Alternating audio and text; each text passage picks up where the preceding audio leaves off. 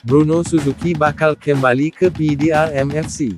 Menerusi perkongsian wartawan sukan, Fadhirul Shuhaimi di laman Twitter, bekas penyerang PDRM FC, Bruno Suzuki dijangkakan bakal kembali menyarung jersey The Corps untuk musim baru ini.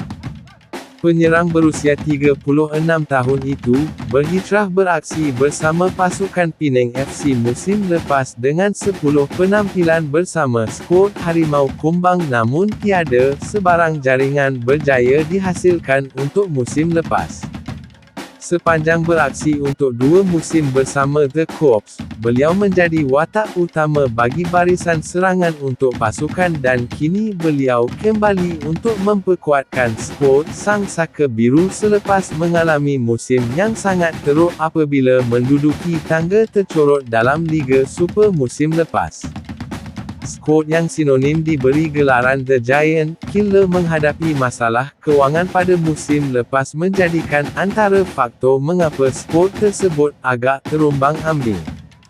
Jika anda suka info-info yang diberikan dalam channel ini, bantu saya dengan menekan butang subscribe dan butang loceng untuk mendapat notifikasi terbaru dalam channel ini. Assalamualaikum. Terima kasih. Jumpa lagi.